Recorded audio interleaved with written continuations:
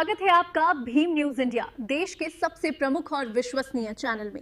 आप देख रहे हैं भीम न्यूज इंडिया। नमस्कार, मैं आपके साथ हूं। आइए जानते हैं आज की ताजा अपडेट्स। देश और दुनिया में क्या चल रहा है उसकी पूरी जानकारी लेकर हाजिर हैं। सबसे पहले बात करते हैं आज के मुख्य समाचार की।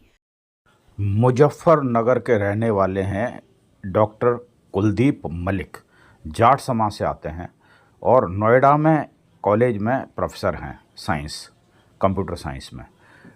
आपने हमारे संवाददाता नवीन प्रकाश के साथ एक इंटरव्यू दिया जिसमें उन्होंने भारत की वर्तमान राजनीति, आरएसएस और राजनीतिक जितनी भी पार्टियां हैं सबके क्रियाकलापों के बारे में बताया। आप देख रहे हैं भीम न्यूज इंडिया।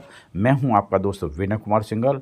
आपसे रिक्वेस्ट है कि यदि आप हमारे चैनल पर नए हैं तो प्लीज़ हमारे चैनल को यूट्यूब पर सब्सक्राइब कीजिए, लाइक कीजिए, शेयर कीजिए, कमेंट्स कीजिए। भीम न्यूज इंडिया के फेसबुक पेज को भी आप फॉलो कर सकते हैं। साथ ही ट्विटर यानी एक्स पर भी अपनी राय रख सकते हैं। देखिए क्या कुछ कहा उन्होंने। राष्ट्रीय स्वयंसेवक संघ, राष्ट्रीय स्वयंसेवक संघ, कितना बड़ा नाम।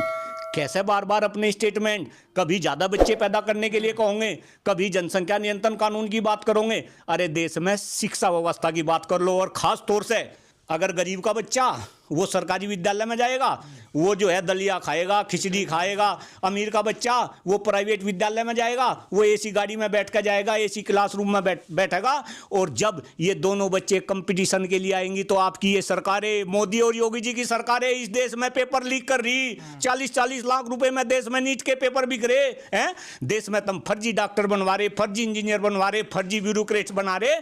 और तुम हिंदू मुस्लिम में और जो है ज्यादा बच्चे पैदा करने और कम बच्चे पैदा करने में इस देश को उलझा रहे। वाह रे वाह मोहन भागवत जी, क्या बात कर दी आपने। राम मंदिर का उद्घाटन किसने करा? राजा कर रहे हैं, राजा कर रहे, मोदी जी ने करा। और धर्मगुरु एक कोने में कर दिया। और सारे धर्मगुरु मोदी जी के सामने, राजा के सामने जो है ऐसे नतमस्तक थे। क्यों भाई, शर्म नहीं आती? कहां का सनातन, कहां के धर्मगुरु? आप आगे बढ़ के ये क्यों नहीं कहते राजा तो थारे पैरों में रहा करते थे, अब आप राजा के पैरों में कहीं ना कहीं पड़ रहे। तो ये भी लोगों को सोचना पड़ेगा कि दोनों विषय, राजनीति अलग विषय और आपका धर्म अलग विषय। जिस देश में, देखिए कितना गंभीर स्टेटमेंट, जिस देश की राजनीति में धर्म घुस गया उस देश का बेड़ा गर्क हो लिया। देखो ना, पड़ोसी देश को देखो। आप पाकिस्तान की बात कर लो, इधर बांग्लादेश की बात कर लो, आप किसी भी देश की बात कर लो, सारे के सारे खत्म हो लिए। क्या आप अपने देश में भी ऐसा ही काम करना चाह रहे? और मैं फिर अपने पहले वाले स्टेटमेंट में दे रहा, भाई हिंदू मुस्लिम सिख ईसाई ये तो खाट के चार पावे है। चारों पावे को आपको मजबूत करना पड़ेगा, हिंदू मुस्लिम कर करके। और मैं तो मोदी सरकार को और योगी सरकार को मैं तो बिल्कुल चैलेंज के साथ कह रहा, भाई जब थारी सरकार है, थारे से बड़ा हिंदूवादी कौन हो सके? तो कर दो, अपना कहानी खत्म कर दो। और आपकी जानकारी के लिए बताऊं, अगर आप आरएसएस का पूर्व में इतिहास देखें तो आरएसएस का इतिहास ये रहा कि ये पूर्व में भी ये बोलते थे कि भाई हिंदुओं को ज्यादा बच्चे पैदा करने चाहिए और मुस्लिम की आबादी धीरे धीरे बढ़ रही है और हिंदू की कम हो रही। लेकिन फिर इन विचारों में आरएसएस के चेंज आया और दिल्ली के कॉन्स्टिट्यूशनल क्लब में मोहन भागवत जी ने एक बड़ा स्टेटमेंट दिया कि अब हिंदुओं को ज्यादा बच्चे पैदा करने से बात नहीं बनेगी। इस देश में जनसंख्या नियंत्रण कानून लागू हो जो सभी जाति, धर्म, संप्रदाय के लोगों पर समान रूप से लागू हो।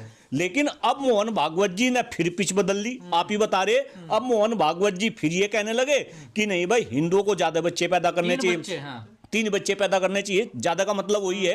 तो अपने आप में बहुत ही सोचनीय है, आखिर ऐसा क्यों हो रहा? क्यों तो जब पहले एक पिच पे चल रहे थे कि भाई हिंदुओं को ज्यादा बच्चे पैदा करने चाहिए, क्यों तो फिर ये देश में जनसंख्या नियंत्रण कानून की मांग करने लगे।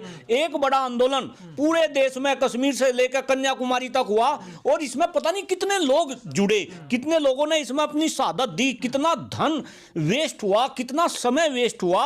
और अब अपनी बात से फिर पलटी मार रहे।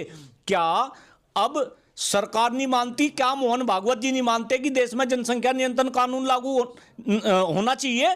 तो अपने आप में बहुत ही सोचनीय है। मोहन भागवत जी कोई साधारण आदमी नहीं। आरएसएस, राष्ट्रीय स्वयंसेवक संघ, ये बोला जावा है कि भाई वो केवल हिंदुस्तान का सबसे बड़ा संगठन नहीं, पूरे विश्व में सबसे बड़ा संगठन है। अगर सबसे बड़े संगठन के मुखिया बार बार अपने विचारों से, अपनी बातों से पलटी मारते हैं, तो मेरे ख्याल से इससे बड़ा कोई दुर्भाग्य नहीं है। मोहन भागवत जी तो हिंदू धर्म को लेकर चिंता हो रही है ना, वो कमजोर, लगातार कमजोर हो रहा, कन्वर्जन हो रहा ना उसमें नहीं, देखिए श्रीमान जी, मुझे तो कई बार ऐसा लगे कि जिन लोगों को ये दिखाया जा रहा कि भाई धर्म के ठेकेदार यही बनने, यही जो है धर्म की चिंता कर रहे, कहीं धर्म का बेड़ा गर्क करने पे वे तो नहीं तुल रहे।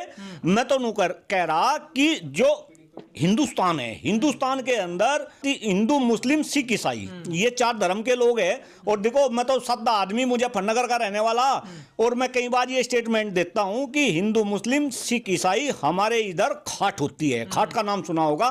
खाट के अंदर 4 पाई और 4 पावे हो। ये खाट के 4 पावे है, अगर एक पावा भी ध्वस्त होगा तो सारी की सारी खाट जो है बेकार हो जाएगी, वो जमीन में लग जाएगी। तो कहीं ना कहीं ये बात सोचनी चाहिए।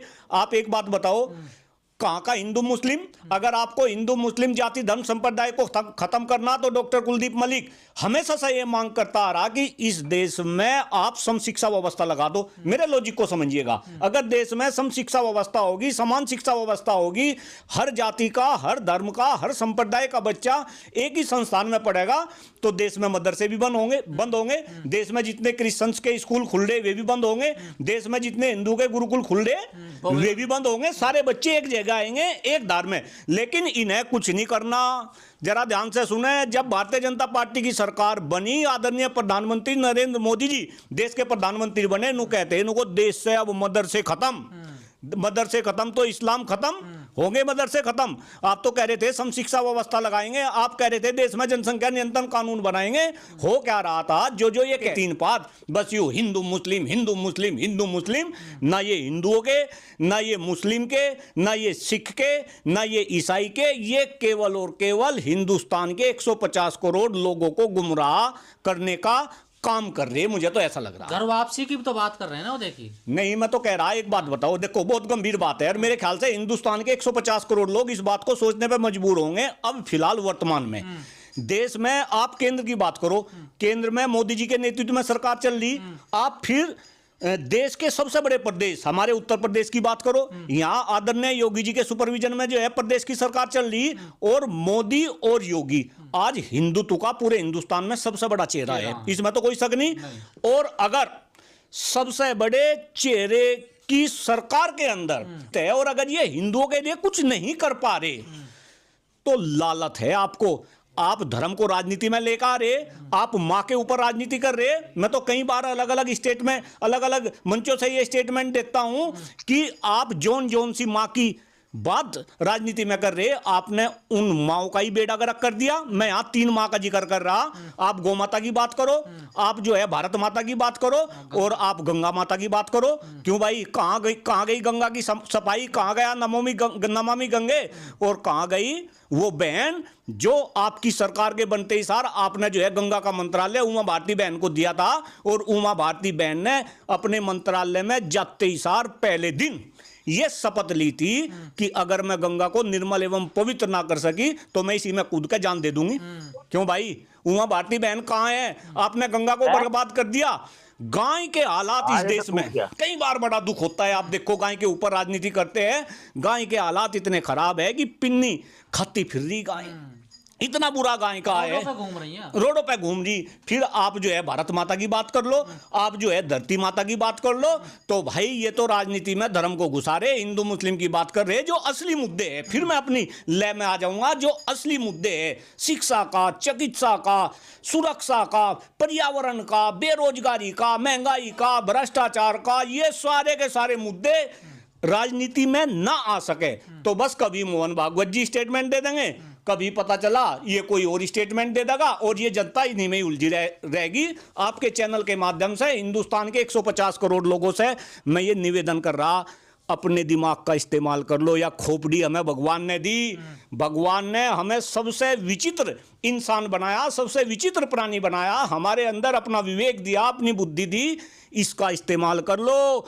अंग्रेज थे, आजादी से पहले अंग्रेजों ने भी हमें नहीं लुट्टा पिट्टा प्रताड़ित करा शोषित करा, हम तो सोने की चिड़िया थे हैं, हमें कंगाल बना के चले गए। उनके पास भी केवल और केवल एक ही मुद्दा था, हिंदू मुस्लिम, और हमें बांट दिया, देश के टुकड़े कर दिए। अब वे जो है कहीं ना कहीं गोरे अंग्रेज चले गए, ये काले अंग्रेज आ गए, और ये सब एक जैसा। मैं ये भी कह रहा, ये सारी पार्टी एक जैसी, केवल और केवल हमें लड़ाने भिड़ाने का काम कर रही। और